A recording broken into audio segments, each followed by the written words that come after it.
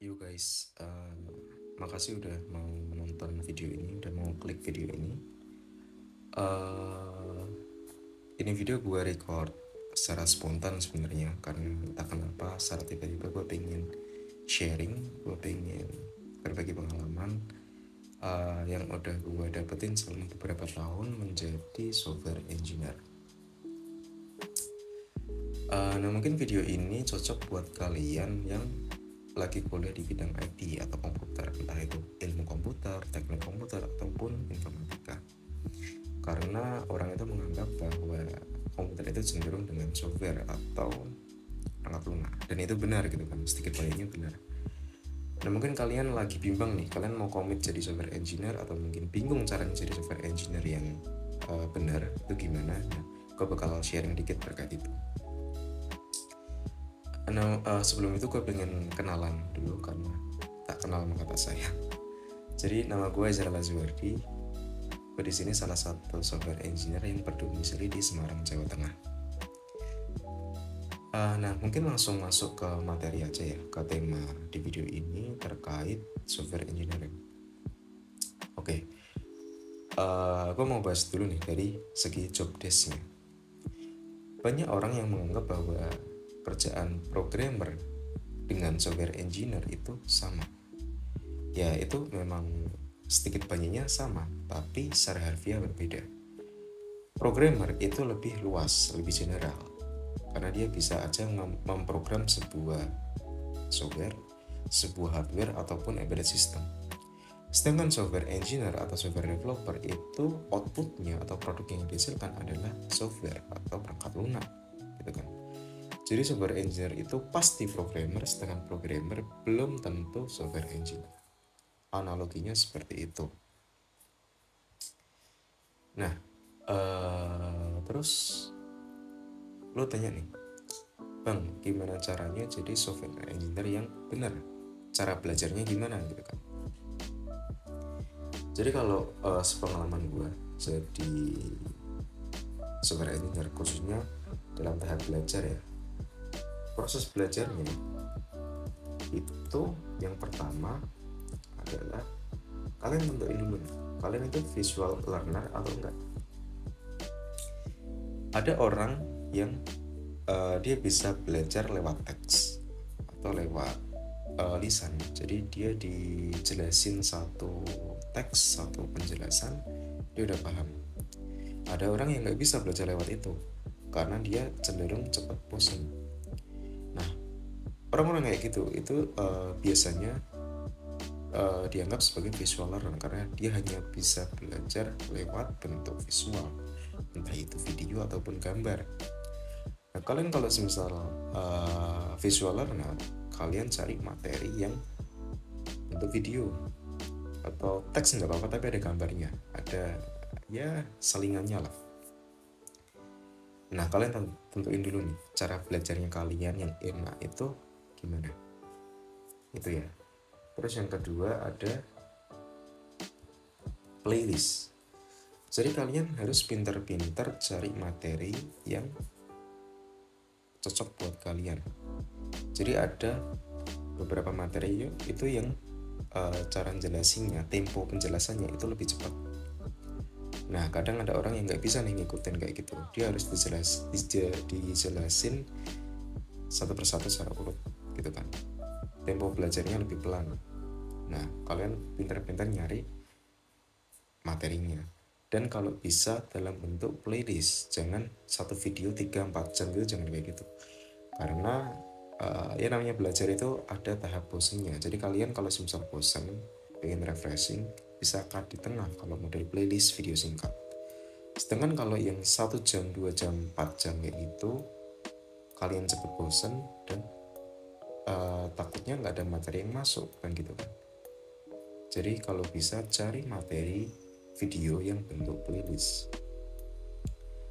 Nah, gue rencananya juga mau ngebuat beberapa video series untuk ngebantu kalian jadi software engineer di platform web. Nah, mungkin gue bakal upload seminggu sekali deh kalau semisal gue ada waktu, karena gue di sini juga ada kesibukan. Nah, yang terakhir itu kuncinya sabar. Ya, ini jelas lah ya. Karena lo kalau mau belajar yang benar harus sabar. Nggak ada proses belajar itu yang instan. Jadi kalian belajar sehari, seminggu, sebulan, langsung jago, itu nggak ada yang kayak gitu. Jadi proses belajar seorang programmer itu biasanya lewat metode trial and error. Trial and error. Maksudnya trial and error itu gimana? Jadi kalian mencoba dulu nih, mempraktekkan materi ataupun ilmu yang udah kalian dapat, kalian praktekin, kalian ngoding secara langsung. Kalau semisal nanti error, baru kalian evaluasi error itu, kalian perbaiki error itu, baru kalian mulai lagi. Dan siklus ini harus selalu berulang. Itu yang disebut trial and error. Dan dari situ kalian dapat pengalaman nih, kalau semisal ada error A, solusinya gimana? Ada error B, solusinya gimana? Dan ini ada fakta juga, sebenarnya nggak ada programmer atau software engineer yang lebih pintar. Pintar atau enggaknya programmer, software engineer itu dihitung dari jam terbangnya. Semakin duluan dia belajar, semakin duluan dia dapat pengalaman, ya otomatis dia pengalamannya banyak dong, pengetahuannya banyak dong. Dan itu cenderung dianggap pintar oleh rekan-rekannya. Nah, kalian kalau mau dianggap pintar, jadi kalian buruan belajar deh. Jadi biar jam terbangnya, pengalamannya lebih banyak ketimbang yang lain. Dan ini pun yang gue rasain juga. Gue udah ngoding dari SMP dan itu memang passion, hobi gue. Dari situ gue dapet banyak pengalaman, banyak skill.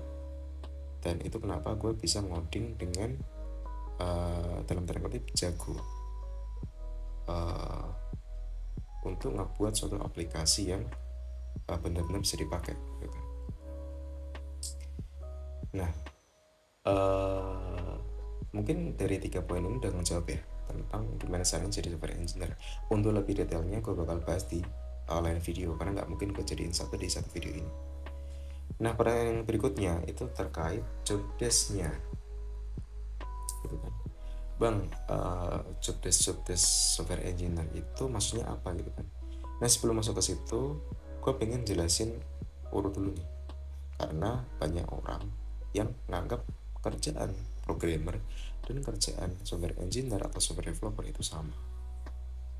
Nah, sebenarnya tadi gue udah bilangin ya, karena job desk programmer dengan software engineer itu berbeda. Programmer dia lebih general, dia bisa aja ngoding software, hardware, embedded system. Sedangkan software engineer itu fokus ke softwarenya atau perangkat lunaknya. Nah, terus ada yang tanya lagi, bang, bedanya software engineer dengan software developer itu apa? Jadi gini, developer atau pengembang dia fokus di proses pembangunan aplikasinya atau softwarenya. Jadi dia tukang codingnya, analoginya kayak gitu. Sedangkan engineer itu dia dalam tanda kutip arsiteknya, dia yang merancang, dia yang membangun suatu aplikasi dari awal, untuk cara kerjanya, algoritmanya, platform yang digunakan gitu kan, dia engineer-nya. Jadi logikanya kerjaan engineer sama developer itu lebih berat engineer, karena developer di sini dia udah dapat skemanya, dia udah dapat rencananya, dia tinggal ngikutin rancangan yang ada, dia tinggal bangun loh. Jadi kalau developer itu dia tukangnya, engineer itu dia arsitek. Nah, itu mungkin ada yang jawab pertanyaan terkait perbedaan programmer, developer, engineer gitu kan. Nah, terus ada pertanyaan lain, bang, enak nggak sih jadi software engineer? Nah, kalau ini sebenarnya relatif. Gue tipikal orang yang realistis, jadi kerjaan yang gue kerjain itu gue selalu lihat dari segi profitnya atau gajinya gitu kan. Sepengalaman gue, kerjaan jadi software engineer itu profitnya gede. Bahkan sharing dikit, gue udah pernah nyentuh angka 2 digit di kerjaan software engineer ini. Tapi dari profit yang tinggi, eh, datang pula tanggung jawab yang tinggi, karena lo di sini kerja sebagai engineer ya, yang merancang dari awal. Kalau semisal aplikasi itu gagal berjalan, error, ada bug dan segala macam, yang disalahkan siapa? Ya engineer-nya. Dia nggak becus di situ. Nah, dari profit yang tinggi lo harus tahu datang tanggung jawab yang tinggi juga. Nah, ini tergantung lo nya sendiri, lo mau komit nggak di situ. Oke, ini nilai plusnya profit tinggi, dan kedua dari passion. Dan ini gue anggap sebagai nilai plus juga, karena ada orang bilang kalau kerjaan itu enak kalau kalian seneng, kalian punya passion di bidang itu, dan itu benar. Gue di sini punya hobi programming dari SMP, dan gue seneng gitu loh kalau semisal hobi yang gue dalamin bisa membuahkan hasil, bisa membuahkan profit. Karena di sini programming atau development engineering itu bagi gue terkesan seperti solving puzzle. Gue suka yang berhubungan dengan algoritma ataupun logika. Jadi bagi gue programming itu seperti solving sebuah puzzle. Gue dihadapin suatu permasalahan, gue harus solve sedemikian rupa caranya, algoritmanya, supaya bisa nge-solve, menyelesaikan permasalahan itu gitu. Dan kalau kalian sekiranya punya passion di bidang ini, di programming, ya nggak masalah, kalian tinggal fokusin untuk jadi software engineer kan gitu. Oke, terkait passion. Dan yang terakhir ini sebenarnya terkait apa ya, dinamis. Jadi kerjaan sebagai programmer, software engineer itu selalu dinamis. Kalian akan dihadapkan suatu permasalahan yang cenderung berbeda dari permasalahan sebelumnya. Beda halnya dengan kalian kerjaan kantoran, jadi kalian kerja monoton gitu terus. Sedangkan engineering atau programming itu cenderung lebih dinamis. Ini sebenarnya entah kelebihan entah kekurangannya, karena bagi gue cenderung suka kerjaan yang nggak monoton, jadi selalu ada tantangan gitu kan, nggak cepat bosen. Gue didapin dalam error A, error B, error C gitu kan, jadi gue bisa solving permasalahan tersebut yang dimana permasalahan itu selalu berbeda gitu, nggak bikin gue bosen. Nah, kalau lo tipikal orang yang kayak gitu, yang cenderung suka hal yang dinamis, yang berbeda, lo mungkin cocok di bidang software engineering. Dan mungkin dari enak atau enggaknya, gue cuma bisa sebutin ini. Nah, mungkin pertanyaan selanjutnya adalah terkait gimana caranya jadi software engineer yang benar. Nah, untuk menjawab pertanyaan ini, kalian harus decide, ya harus memutuskan untuk fokus di platform mana, karena software engineering itu luas sebenarnya. Kalau lu dalam itu sebenarnya luas. Kalian harus target salah satu platform, entah itu mobile atau desktop atau web. Yang paling sering digunakan atau dibutuhkan oleh industri itu ketiga platform ini, mobile, desktop, web.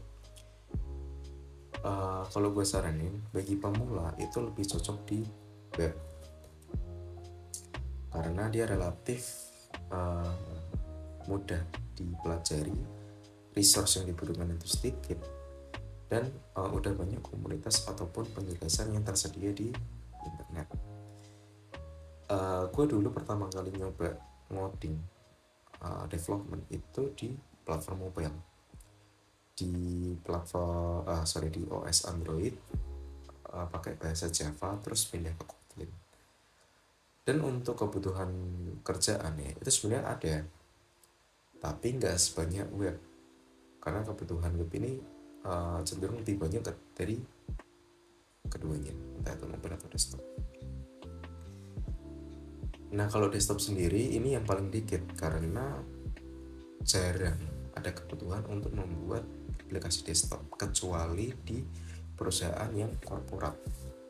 Jadi aplikasi desktop itu kan lebih ribet untuk penggunaannya, karena dia harus di-download binary-nya dalam bentuk mungkin .exe atau mungkin .dmg yang ada di macOS, dan dia harus diinstal di perangkatnya klien gitu kan. Nah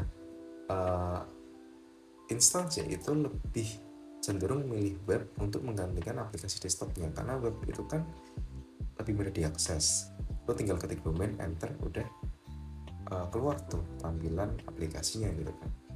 Dan web itu juga ada teknologi yang namanya PWA atau Progressive Web Application, di mana teknologi PWA itu bisa nge-replace, dalam tanda kutip nge-replace aplikasi desktop, karena dia aplikasi web yang bisa diinstal ke desktop, jadi lebih fleksibel untuk platform web. Nah untuk beberapa series ke depan gue bakal bantu kalian untuk fokus software engineering di platform web. Nah mungkin gini aja yang bisa gue sampaikan. Kalau kurang ya mohon maaf, kalau lebih ya mohon maaf. Gitu aja, bye bye.